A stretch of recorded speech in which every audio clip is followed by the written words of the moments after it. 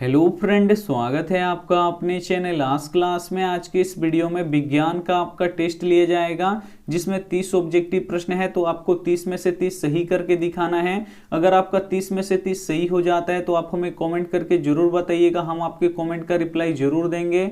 और चैनल को सब्सक्राइब नहीं किए हैं तो चैनल को सब्सक्राइब भी कर लीजिएगा, साथ में बेल आइकन को ऑल पे दबा लीजिएगा ताकि जब भी क्लास हो तो आपके पास नोटिफिकेशन पहुंचता रहे। तो आइए शुरू करते हैं पहले नंबर प्रश्न से। पहला नंबर प्रश्न है कि श्वसन किस प्रकार की अभिक्रिया है। यहाँ पे आपको बताना है कि श्वसन किस प्रकार की अभिक्रिया है। ए ऑप्शन है उपचयन, बी ऑप्शन है संयोजन, सी ऑप्शन है अपचयन, डी ऑप्शन है उष्मा शोषित। तो यहाँ पे आपको बताना है कि श्वसन किस प्रकार की अभिक्रिया है। तो जो श्वसन है ये उपचयन अभिक्रिया है, इसे आपको याद रखना है। यानी यहाँ पे ए ऑप्शन क्या हो जाएगा, यहाँ पे बिल्कुल ही सही हो जाएगा। ये देखते हैं अगला प्रश्न दो नंबर प्रश्न है कि पादप को खाने वाले जीव को क्या कहते हैं। काफी महत्वपूर्ण प्रश्न है 2 नंबर कि पादप को खाने वाले जीव को क्या कहते हैं। ए ऑप्शन है शाकाहारी, बी ऑप्शन है मांसाहारी, सी ऑप्शन है सर्वहारा, डी ऑप्शन है इनमें से सभी। तो यहाँ पे आपको बताना है कि पादप को खाने वाले जीव को क्या कहते हैं। तो शाकाहारी कहते हैं, इसे आपको याद रखना है। यानी यहाँ पे ए ऑप्शन क्या हो जाएगा, यहाँ पे बिल्कुल ही सही हो जाएगा। आइए देखते हैं अगला प्रश्न 3 नंबर प्रश्न है कि नर युग्मक एवं मादा युग्मक के संलग्न को क्या कहते हैं। काफी महत्वपूर्ण प्रश्न है 3 नंबर कि नर युग्मक एवं मादा युग्मक के संलग्न को क्या कहते हैं। ए ऑप्शन है किण्वन, बी ऑप्शन है बौनापन, सी ऑप्शन है जाइगोट, डी ऑप्शन है मधुमेह। तो यहाँ पे आपको बताना है कि नर युग्मक एवं मादा युग्मक के संलग्न को क्या कहते हैं। तो जाइगोट कहते हैं, इसे आपको याद रखना है। यानी यहाँ पे सी ऑप्शन क्या हो जाएगा, यहाँ पे बिल्कुल ही सही हो जाएगा। काफी महत्वपूर्ण 30 ऑब्जेक्टिव प्रश्न है, तो एक भी प्रश्न आप स्किप मत कीजिएगा। वीडियो को प्लीज आप लोग शुरू से लेकर अंत तक जरूर देखिएगा और 30 में से 30 लाने का आप लोग कोशिश कीजिएगा। आइए देखते हैं अगला प्रश्न 4 नंबर प्रश्न है कि इंसुलिन की कमी से कौन सा रोग होता है। यहाँ पे आपको बताना है कि इंसुलिन की कमी से कौन सा रोग होता है। ए ऑप्शन है उच्च रक्तचाप, बी ऑप्शन है मधुमेह, सी ऑप्शन है घेंघा, डी ऑप्शन है बौनापन। तो यहाँ पे आपको बताना है कि इंसुलिन की कमी से कौन सा रोग होता है। तो मधुमेह रोग होता है, इसे आपको याद रखना है। यानी यहाँ पे बी ऑप्शन क्या हो जाएगा, यहाँ पे बिल्कुल ही सही हो जाएगा। ये देखते हैं अगला प्रश्न 5 नंबर प्रश्न है कि धातु का ऑक्साइड कैसा होता है। यहाँ पे आपको बताना है कि धातु का ऑक्साइड कैसा होता है। ए ऑप्शन है अम्लीय, बी ऑप्शन है क्षारीय, सी ऑप्शन है उदासीन, डी ऑप्शन है सभी। तो यहाँ पे आपको बताना है कि धातु का ऑक्साइड कैसा होता है। तो धातु का ऑक्साइड क्षारीय होता है, इसे आपको याद रखना है। यानी यहाँ पे बी ऑप्शन क्या हो जाएगा, यहाँ पे बिल्कुल ही सही हो जाएगा। और अधातु के ऑक्साइड कैसे होते हैं, तो अम्लीय होते हैं, तो इसे भी साथ में आपको याद रखना है। आइए देखते हैं अगला प्रश्न 6 नंबर प्रश्न है कि एक साधारण प्रिज्म कितने सतहों से घिरा होता है। काफी महत्वपूर्ण प्रश्न है कि एक साधारण प्रिज्म कितने सतहों से घिरा होता है। ए ऑप्शन है 1, बी ऑप्शन है 5, सी ऑप्शन है 3, डी ऑप्शन है 4। तो यहाँ पे आपको बताना है कि एक साधारण प्रिज्म कितने सतहों से घिरा होता है। तो 5 सतहों से घिरा होता है, इसे आपको याद रखना है। यानी यहाँ पे बी ऑप्शन क्या हो जाएगा, यहाँ पे बिल्कुल ही सही हो जाएगा। ये देखते हैं अगला प्रश्न 7 नंबर प्रश्न है कि चींटी और मधुमक्खी के डंक में कौन सा अम्ल पाया जाता है। काफी महत्वपूर्ण प्रश्न है 7 नंबर कि चींटी और मधुमक्खी के डंक में कौन सा अम्ल पाया जाता है। ए ऑप्शन है सिट्रिक अम्ल, बी ऑप्शन है एसिटिक अम्ल, सी ऑप्शन है मेथेनोइक अम्ल, डी ऑप्शन है लैक्टिक अम्ल। तो यहाँ पे आपको बताना है कि चींटी और मधुमक्खी के डंक में कौन सा अम्ल पाया जाता है। तो मेथेनोइक अम्ल पाया जाता है, इसे आपको याद रखना है। यानी यहाँ पे सी ऑप्शन क्या हो जाएगा, यहाँ पे बिल्कुल ही सही हो जाएगा। ये देखते हैं अगला प्रश्न 8 नंबर प्रश्न है कि वायुमंडल में किस रंग का प्रकीर्णन अधिक होता है। काफी महत्वपूर्ण प्रश्न है 8 नंबर कि वायुमंडल में किस रंग का प्रकीर्णन अधिक होता है। ए ऑप्शन है लाल रंग का, बी ऑप्शन है नीला रंग का, सी ऑप्शन है पीला रंग का, डी ऑप्शन है नारंगी रंग का। तो यहाँ पर आपको बताना है कि वायुमंडल में किस रंग का प्रकीर्णन अधिक होता है। तो नीले रंग का प्रकीर्णन सबसे अधिक होता है, इसे आपको याद रखना है। यानी यहाँ पे बी ऑप्शन क्या हो जाएगा, यहाँ पे बिल्कुल ही सही हो जाएगा। ये देखते हैं अगला प्रश्न 9 9 नंबर प्रश्न है कि मनुष्यों में चीनी के पाचन में कौन सा हार्मोन सहायक होता है। काफी महत्वपूर्ण प्रश्न है 9 नंबर कि मनुष्यों में चीनी के पाचन में कौन सा हार्मोन सहायक होता है। ए ऑप्शन है इंसुलिन, बी ऑप्शन है एंजाइम, सी ऑप्शन है एथिलीन, डी ऑप्शन है एब्सिसिक। तो यहाँ पे आपको बताना है कि मनुष्यों में चीनी के पाचन में कौन सा हार्मोन सहायक होता है। तो इंसुलिन हार्मोन सहायक होता है, इसे आपको याद रखना है, यानी यहाँ पे ए ऑप्शन क्या हो जाएगा, यहाँ पे बिल्कुल ही सही हो जाएगा। ये देखते हैं अगला प्रश्न 10 नंबर।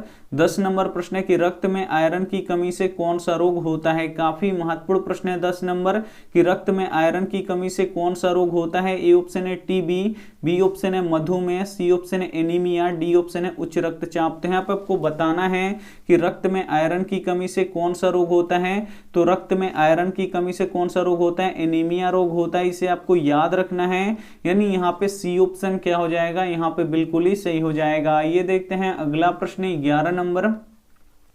11 नंबर प्रश्न है निम्न में से कौन ऊर्जा का अनवीकरणीय स्रोत है। काफी महत्वपूर्ण प्रश्न है 11 नंबर कि निम्न में से कौन ऊर्जा का अनवीकरणीय स्रोत है। ए ऑप्शन है जल, बी ऑप्शन है सौर ऊर्जा, सी ऑप्शन है पेट्रोलियम, डी ऑप्शन है पवन। तो यहाँ पे आपको बताना है कि निम्न में से कौन ऊर्जा का अनवीकरणीय स्रोत है। तो ऊर्जा का अनवीकरणीय स्रोत यहाँ पे देखिए पेट्रोलियम है, इसे आपको याद रखना है, यानी यहाँ पे सी ऑप्शन क्या हो जाएगा, यहाँ पे बिल्कुल ही सही हो जाएगा। ये देखते हैं अगला प्रश्न 12 नंबर।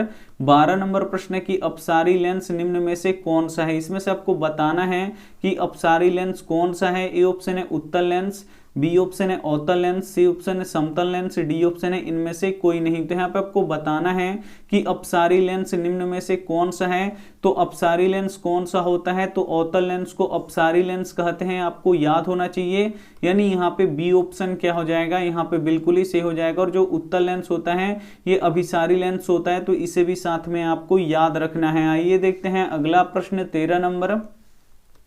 13 नंबर प्रश्न है कि किस प्रतिबिंब को पर्दे पे उतारा जा सकता है। 13 नंबर भी प्रश्न काफी महत्वपूर्ण है कि किस प्रतिबिंब को पर्दे पे उतारा जा सकता है। ए ऑप्शन है वास्तविक प्रतिबिंब को, बी ऑप्शन है काल्पनिक प्रतिबिंब को, सी ऑप्शन है दोनों को, डी ऑप्शन है इनमें से कोई नहीं। तो यहाँ पे आपको बताना है कि किस प्रतिबिंब को पर्दे पे उतारा जा सकता है। तो वास्तविक प्रतिबिंब को पर्दे पे उतारा जा सकता है, इसे आपको याद रखना है, यानी यहाँ पे ए ऑप्शन क्या हो जाएगा, यहाँ पे बिल्कुल ही सही हो जाएगा। ये देखते हैं अगला प्रश्न 14 नंबर। 14 नंबर प्रश्न है कि प्रतिबिंब की ऊंचाई तथा वस्तु के ऊंचाई के अनुपात को क्या कहते हैं। काफी महत्वपूर्ण प्रश्न है 14 नंबर कि प्रतिबिंब की ऊंचाई तथा वस्तु के ऊंचाई के अनुपात को क्या कहते हैं। ए ऑप्शन है फोकस, बी ऑप्शन है ध्रुव, सी ऑप्शन है आवर्धन, डी ऑप्शन है वक्रता केंद्र। तो यहाँ पे आपको बताना है कि प्रतिबिंब की ऊंचाई तथा वस्तु के ऊंचाई के अनुपात को क्या कहते हैं। तो आवर्धन कहते हैं, इसे आपको याद रखना है, यानी यहाँ पे सी ऑप्शन क्या हो जाएगा, यहाँ पे बिल्कुल ही सही हो जाएगा। ये देखते हैं अगला प्रश्न 15 नंबर। 15 नंबर प्रश्न है कि कोयला का सबसे अच्छा किस्म कौन सा है। काफी महत्वपूर्ण प्रश्न है 15 नंबर कि कोयला का सबसे अच्छा किस्म कौन सा है। ए ऑप्शन है एंथ्रोसाइड, बी ऑप्शन है बिटुमिनस, सी ऑप्शन है लिग्नाइट, डी ऑप्शन है पीट। तो यहाँ पे आपको बताना है कि कोयला का सबसे अच्छा किस्म कौन सा है। तो एंथ्रोसाइड है, इसे आपको याद रखना है, यानी यहाँ पे ए ऑप्शन क्या हो जाएगा, यहाँ पे बिल्कुल ही सही हो जाएगा। काफी महत्वपूर्ण प्रश्न है, तो एक भी प्रश्न आप स्किप मत कीजिएगा। वीडियो को प्लीज आप लोग शुरू से लेके अंत तक जरूर देखिएगा। ये देखते हैं अगला प्रश्न 16 नंबर। 16 नंबर प्रश्न है कि मानव नेत्र में कौन सा लेंस होता है। यहाँ पे आपको बताना है कि मानव नेत्र में कौन सा लेंस होता है। ए ऑप्शन है उत्तल लेंस, बी ऑप्शन है अवतल लेंस, सी ऑप्शन है बेलनाकार लेंस, डी ऑप्शन है समतल लेंस। तो यहाँ पे आपको बताना है कि मानव नेत्र में कौन सा लेंस होता है। तो मानव का जो नेत्र होता है इसमें उत्तल लेंस होता है, इसे आपको याद रखना है, यानी यहाँ पे ए ऑप्शन क्या हो जाएगा, यहाँ पे बिल्कुल ही सही हो जाएगा। ये देखते हैं अगला प्रश्न 17 नंबर। 17 नंबर प्रश्न है कि सोडियम का परमाणु संख्या कितना होता है। यहाँ पे आपको बताना है कि सोडियम का परमाणु संख्या कितना होता है। ए ऑप्शन है 12, बी ऑप्शन है 11, सी ऑप्शन है 16, डी ऑप्शन है 10। तो यहाँ पे आपको बताना है कि सोडियम का परमाणु संख्या कितना होता है। तो सोडियम का परमाणु संख्या 11 होता है, इसे आपको याद रखना है, यानी यहाँ पे बी ऑप्शन क्या हो जाएगा, यहाँ पे बिल्कुल ही सही हो जाएगा। ये देखते हैं अगला प्रश्न 18 नंबर। 18 नंबर प्रश्न है कि पीएच स्केल किससे प्राप्त होता है। काफी महत्वपूर्ण प्रश्न है 18 नंबर कि पीएच स्केल किससे प्राप्त होता है। ए ऑप्शन है जूट से, बी ऑप्शन है शीशम से, सी ऑप्शन है लाइकेन से, डी ऑप्शन है बरगद से। तो यहाँ पे आपको बताना है कि पीएच स्केल किससे प्राप्त होता है। तो पीएच स्केल लाइकेन से प्राप्त होता है, इसे आपको याद रखना है, यानी यहाँ पे सी ऑप्शन क्या हो जाएगा, यहाँ पे बिल्कुल ही सही हो जाएगा। ये देखते हैं अगला प्रश्न 19 नंबर। 19 नंबर प्रश्न है कि भारत का सबसे बड़ा लौह उत्पादक राज्य कौन सा है। काफी महत्वपूर्ण प्रश्न है 19 नंबर कि भारत का सबसे बड़ा लौह उत्पादक राज्य कौन सा है। ए ऑप्शन है कर्नाटक, बी ऑप्शन है गोवा, सी ऑप्शन है उड़ीसा, डी ऑप्शन है झारखंड। तो यहाँ पे आपको बताना है कि भारत का बड़ा लौह उत्पादक राज्य कौन सा है। तो कर्नाटक है, इसे आपको याद रखना है, यानी यहाँ पे ए ऑप्शन क्या हो जाएगा, यहाँ पे बिल्कुल ही सही हो जाएगा। ये देखते हैं अगला प्रश्न 20 नंबर। 20 नंबर प्रश्न है कि रक्त लाल किस कारण से दिखाई देता है। ये भी काफी महत्वपूर्ण प्रश्न है कि रक्त लाल किस कारण से दिखाई देता है। ए ऑप्शन है प्लेटलेट्स के कारण से, बी ऑप्शन है हीमोग्लोबिन के कारण से, सी ऑप्शन है डब्ल्यूबीसी के कारण से, डी ऑप्शन है थ्रोम्बोसाइट के कारण से। तो यहाँ पे आपको बताना है कि रक्त लाल किस कारण से दिखाई देता है। तो हीमोग्लोबिन के कारण जो रक्त होता है ये लाल दिखाई देता है, यानी यहाँ पे बी ऑप्शन क्या हो जाएगा, यहाँ पे बिल्कुल ही सही हो जाएगा। ये देखते हैं अगला प्रश्न 21 नंबर। 21 नंबर प्रश्न है कि नमक का रासायनिक नाम क्या होता है। काफी महत्वपूर्ण प्रश्न है 21 नंबर कि नमक का रासायनिक नाम क्या होता है। ए ऑप्शन है सोडियम बाइकार्बोनेट, बी ऑप्शन है सोडियम क्लोराइड, सी ऑप्शन है सोडियम ऑक्साइड, डी ऑप्शन है इनमें से कोई नहीं। तो यहाँ पे आपको बताना है कि नमक का रासायनिक नाम क्या होता है। तो सोडियम क्लोराइड होता है, इसे आपको याद रखना है, यानी यहाँ पे बी ऑप्शन क्या हो जाएगा, यहाँ पे बिल्कुल ही सही हो जाएगा। ये देखते हैं अगला प्रश्न 22 नंबर। 22 नंबर प्रश्न है कि विद्युत बल्ब के भीतर होता है। यहाँ पे आपको बताना है कि विद्युत बल्ब के भीतर क्या होता है। ए ऑप्शन है निर्वात रहता है, बी ऑप्शन है वायु भरा रहता है, सी ऑप्शन है निष्क्रिय गैस भरा रहता है, डी ऑप्शन है हाइड्रोजन गैस भरा रहता है।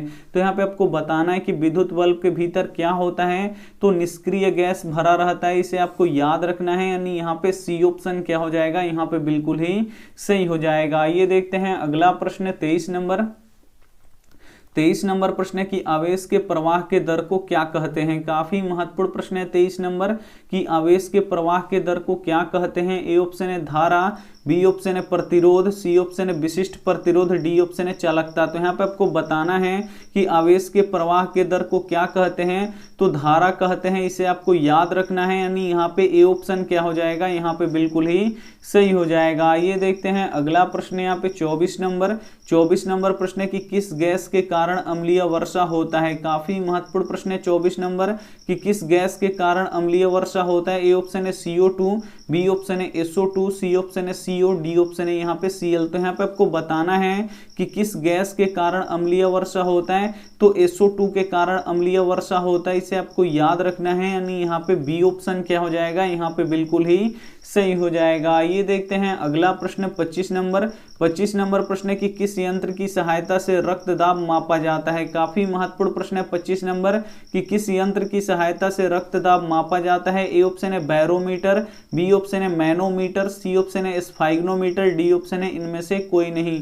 तो यहाँ पे आपको बताना है कि किस यंत्र की सहायता से रक्तदाब मापा जाता है।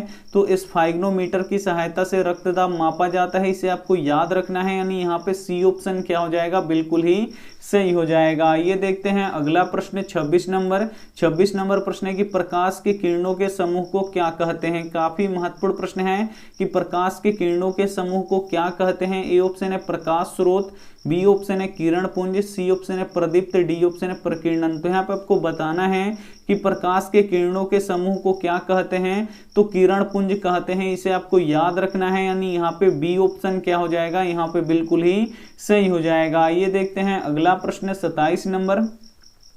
27 नंबर प्रश्न है कि फॉर्मिक अम्ल का IUPAC नाम क्या है। काफी महत्वपूर्ण प्रश्न है 27 नंबर कि फॉर्मिक अम्ल का IUPAC नाम क्या है। ए ऑप्शन है मेथेनोइक अम्ल, बी ऑप्शन है एथेनोइक अम्ल, सी ऑप्शन है प्रोपेनोइक अम्ल, डी ऑप्शन है इनमें से कोई नहीं। तो यहाँ पे आपको बताना है कि फॉर्मिक अम्ल का IUPAC नाम क्या होता है। तो मेथेनोइक अम्ल होता है, इसे आपको याद रखना है, यानी यहाँ पे ए ऑप्शन क्या हो जाएगा, यहाँ पे बिल्कुल ही सही हो जाएगा। ये देखते हैं अगला प्रश्न यहाँ पे 28 नंबर प्रश्न है कि वे पदार्थ जो रासायनिक अभिक्रिया में भाग लेते हैं उसे क्या कहते हैं। ए ऑप्शन है अभिकारक, बी ऑप्शन है प्रतिफल, सी ऑप्शन है पदार्थ, डी ऑप्शन है गैंग। तो यहाँ पे आपको बताना है कि वे पदार्थ जो रासायनिक अभिक्रिया में भाग लेते हैं उसे क्या कहते हैं, तो अभिकारक कहते हैं। इसे आपको याद रखना है, यानी यहाँ पे ए ऑप्शन क्या हो जाएगा, यहाँ पे बिल्कुल ही सही हो जाएगा। आइए देखते हैं अगला प्रश्न 29 नंबर प्रश्न है कि प्रकाश की चाल सबसे अधिक किस माध्यम में होती है। काफी महत्वपूर्ण प्रश्न है 29 नंबर कि प्रकाश की चाल सबसे अधिक किस माध्यम में होती है। ए ऑप्शन है निर्वात में, बी ऑप्शन है हवा में, सी ऑप्शन है जल में, डी ऑप्शन है शीशा में। तो यहाँ पे आपको बताना है कि प्रकाश की चाल सबसे अधिक किस माध्यम में होता है, तो निर्वात में होता है। इसे आपको याद रखना है, यानी यहाँ पे ए ऑप्शन क्या हो जाएगा, यहाँ पे बिल्कुल ही सही हो जाएगा। आइए देखते हैं अगला प्रश्न है 30 नंबर प्रश्न है कि मानव हृदय में कितने कोष्ठ पाए जाते हैं। यहाँ पे आपको बताना है कि मानव हृदय में कितने कोष्ठ पाए जाते हैं। ए ऑप्शन है 5, बी ऑप्शन है 4, सी ऑप्शन है 3, डी ऑप्शन है 6। तो यहाँ पे आपको बताना है कि मानव हृदय में कितने कोष्ठ पाए जाते हैं, तो 4 कोष्ठ पाए जाते हैं। इसे आपको याद रखना है, यानी यहाँ पे बी ऑप्शन क्या हो जाएगा, यहाँ पे बिल्कुल ही सही हो जाएगा। तो ये था हमारा साइंस का 30 यहाँ पे ऑब्जेक्टिव प्रश्न। तो आप यहाँ पे 30 ऑब्जेक्टिव प्रश्न देख चुके हैं और सोल्व कर चुके हैं। तो हमें आप कमेंट करके बता दीजिए कि आपका 30 प्रश्नों में से कितना सही हुआ। और ये रहा आपके लिए होमवर्क प्रश्न। इसका जवाब आपको कमेंट बॉक्स में देना है कि जिन शब्द की प्रस्तावना किसने की थी। ए ऑप्शन है वाटसन, बी ऑप्शन है मेंडल, सी ऑप्शन है न्यूटन, डी ऑप्शन है जॉनसन। तो जो भी ऑप्शन आपको सही लगे वो आप हमें कमेंट जरूर कीजिएगा। और वीडियो को लाइक नहीं किए तो प्लीज़ आप लोग वीडियो को लाइक कर दीजिएगा, अपने दोस्तों के पास इस वीडियो को जरूर शेयर कीजिएगा। और चैनल को सब्सक्राइब नहीं किए तो चैनल को सब्सक्राइब करके साथ में बेल आइकन को ऑल पे दबा लीजिएगा, ताकि जब भी क्लास हो तो आपके पास नोटिफिकेशन पहुंचता रहे। थैंक यू फॉर वॉचिंग, मिलते हैं अगली वीडियो में। तब तक अपना ध्यान रखिए, मन लगा के पढ़ाई कीजिए। Take care and bye.